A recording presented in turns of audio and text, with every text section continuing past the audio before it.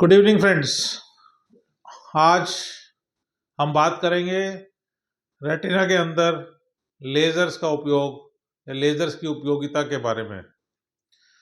Retina, जिसे हम आँख का पर्दा बोलते हैं, उसके अंदर कई सारी ऐसी बीमारियां होती हैं जिसको हमें लेज़र से ट्रीट करना पड़ता है। अब ऑफ्थेल्मोलॉजी में या आई की कुछ बीमारियों के अंदर कई डिफरेंट तरह के लेज़र्स इस्तेमाल होते हैं और इसकी जानकारी एक आम आदमी को नहीं है। आम आदमी लेज़र को समझता है कि चश्मे उतारने वाला सर्जरी या मोतियाबिंद में इस्तेमाल होने वाली सर्जरी। बट रेटिना के जो लेज़र्स हैं ये बिल्कुल अलग तरह का लेज़र होते हैं। ये पर्दे पे लेज़र करने से हमें कई प्रकार के फ़ायदे होते हैं जहां इनकी ज़रूरत होती है। इन लेज़र से ना तो हम आपका चश्मे का नंबर हटाते हैं, ना हम मोतियाबिंद को हटाते हैं।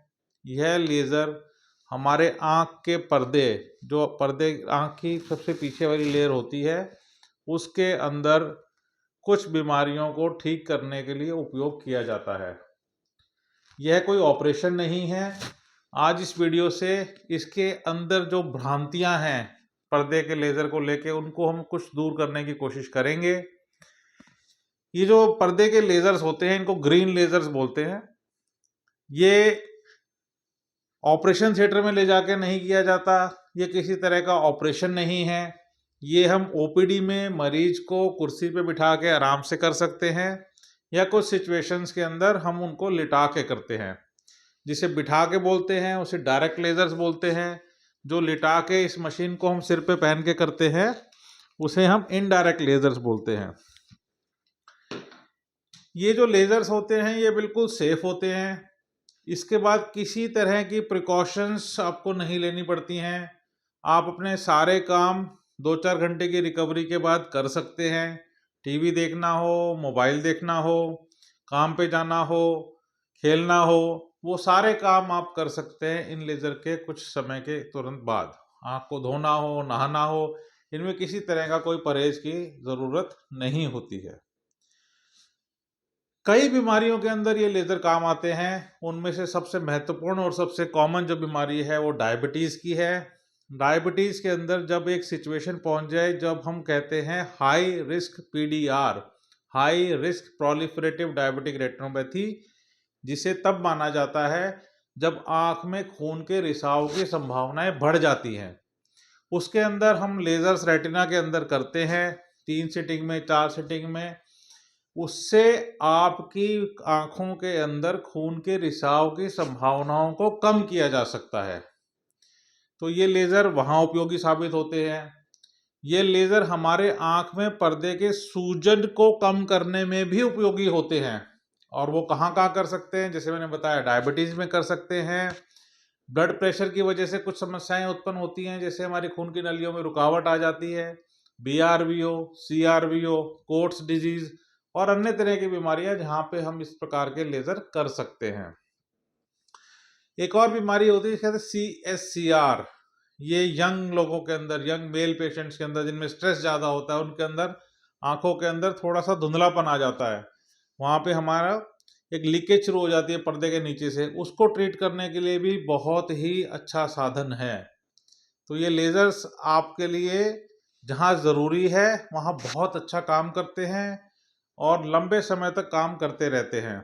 तो अगर आपके किसी के मन में कुछ शंकाएं हैं इन लेज़र को लेके, उन्हें आज इस वीडियो को देखने के बाद कृपया दूर कीजिए। आपके डॉक्टर ने समझाया है या आपके किसी दोस्त ने या आपके किसी रिश्तेदार को इसकी ज़रूरत है तो उन्हें समझाइए कि ये लेज़र बहुत ही सिंपल है, सरल हैं, अच्छे नतीजे देते हैं, इनका कोई साइड इफ़ेक्ट नहीं है और इनके बाद कोई विशेष प्रिकॉशंस लेने की हमें ज़रूरत नहीं पड़ती है। किन्हीं बीमारियों में हमें इसे 2 सिटिंग, 3 सिटिंग, 4 सिटिंग में करना पड़ सकता है। बार बार इसे बढ़ाना भी पड़ सकता है, बट इसके नतीजे अमूमन बहुत अच्छे आते हैं। इसके बाद एक और चर्चा करेंगे लेज़र से जुड़ी हुई उन पेशेंट्स के अंदर जिन्हें हम मायोपिक बोलते हैं। मायोपिया मतलब नंबर का बढ़ना। नंबर 3 या उससे ज़्यादा के मरीजों के अंदर ऐसे लेज़र की संभावनाएं बढ़ जाती है। क्या होता है कि जैसे जैसे हमारा नंबर बढ़ता है तो हमारे आँख में फ्लावट आती है, हमारे आँख का आकार बढ़ता है। आँख का आकार बढ़ने से हमारा जो पर्दा है उसमें खिंचाव बढ़ता है।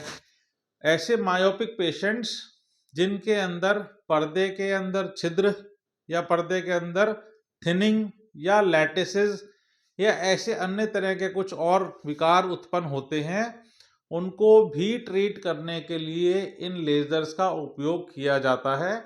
और जैसे मैंने समझाया, अगर हमें ज़रूरत है तो हमें इसे तुरंत करा लेना चाहिए, क्योंकि इसके नतीजे बहुत अच्छे रहते हैं और हम आगे आने वाली कई समस्याओं से, जैसे कि पर्दे की डिटैचमेंट से, हम इन लेज़र्स के बाद से काफ़ी हद तक बचाव किया जा सकता है।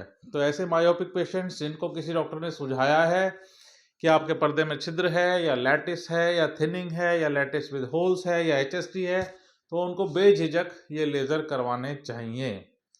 ये लेज़र्स बिल्कुल सेफ हैं और बेहद ज़रूरी हैं जहां इनकी रिक्वायरमेंट है। तो मुझे लगता है आज हमारे इस वीडियो को देखने के बाद आपके कुछ भ्रम या आपके जो दिमाग में कुछ चीज़ें लेज़र के प्रति थी, उनको हम दूर करने में कामयाब हुए होंगे और आपको समझ में आया होगा कि लेज़र्स जो रेटिना में उपयोग करते हैं वो बिल्कुल सेफ होते हैं और वो ज़रूरी होते हैं और उन्हें बिना किसी झिझक के हमें कराते रहना चाहिए। लेज़र्स से रिलेटेड कोई आपके सवाल हैं तो आप हमें भेज सकते हैं, आप नीचे कमेंट कर सकते हैं, हम आपके सवालों का जवाब देंगे। अगर आपको इससे रिलेटेड कोई और अधिक जानकारी चाहिए तो आप निम्नलिखित नीचे दिए गए नंबर पर कॉल कीजिए, हमारी काउंसलर आपसे बात करेंगे। या आपको ऐसी कोई समस्या है रेटिना से रिलेटेड जिसके बारे में आप हमें दिखाना चाहते हैं, तो आप आइए, हम आपको देख के आपको सही सलाह देंगे। धन्यवाद।